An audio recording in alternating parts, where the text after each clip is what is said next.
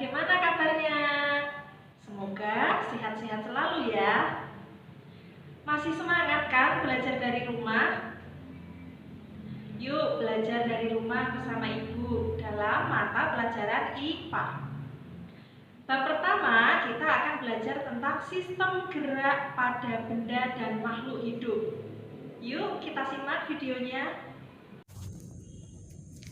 Gerak pada makhluk hidup dibedakan menjadi dua, yaitu gerak pada hewan dan gerak pada tumbuhan. Gerak pada hewan dibedakan sesuai dengan tempat tinggalnya. Ibu ambil contoh, gerak hewan di air. Ada ikan, ada gurita, ada cumi-cumi. Mereka bergerak di dalam air. Yang kedua, gerak hewan di darat. Itu kalian bisa lihat sekeliling kalian, hewan-hewan yang ada di darat semuanya bisa mengalami pergerakan. Yang ketiga, gerak hewan di udara. Contohnya burung, serangga, lebah yang bergerak di udara. Yang kedua, gerak pada tumbuhan. Tumbuhan memang terlihat tidak bergerak. Namun sesungguhnya tumbuhan mengalami pergerakan yang memang tidak terlihat oleh mata kita. Gerak pada tumbuhan dibedakan menjadi gerak tropisme, gerak taksis, gerak nasti. Kita bahas satu persatu. Gerak tropisme dibedakan menjadi gerak fototropisme.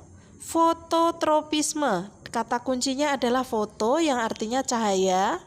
Fototropisme berarti gerak tumbuhan yang dipengaruhi oleh arah datangnya rangsang berupa cahaya.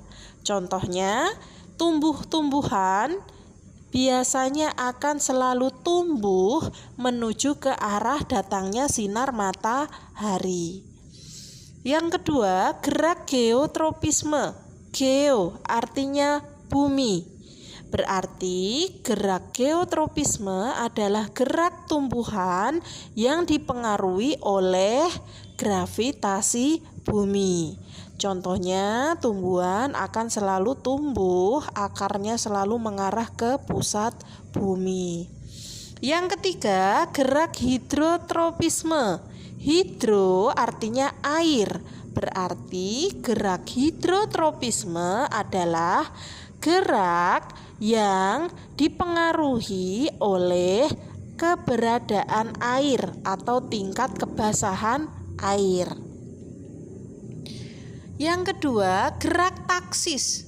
Taksis berarti gerak seluruh tubuh tumbuhan oleh adanya rangsang dari luar. Dibedakan hanya menjadi dua, fototaksis dan kemotaksis. Fototaksis yaitu gerak seluruh tubuh tumbuhan yang dipengaruhi oleh cahaya matahari. Contohnya, tanaman hidra, euglena selalu mencari arah datangnya sinar matahari. Mereka bergerak dari yang tertutup oleh cahaya menuju ke arah yang penuh dengan cahaya matahari. Yang kedua, kemotaksis. Gerak yang dipengaruhi oleh adanya zat kimia. Zat kimia yang dimaksud apa?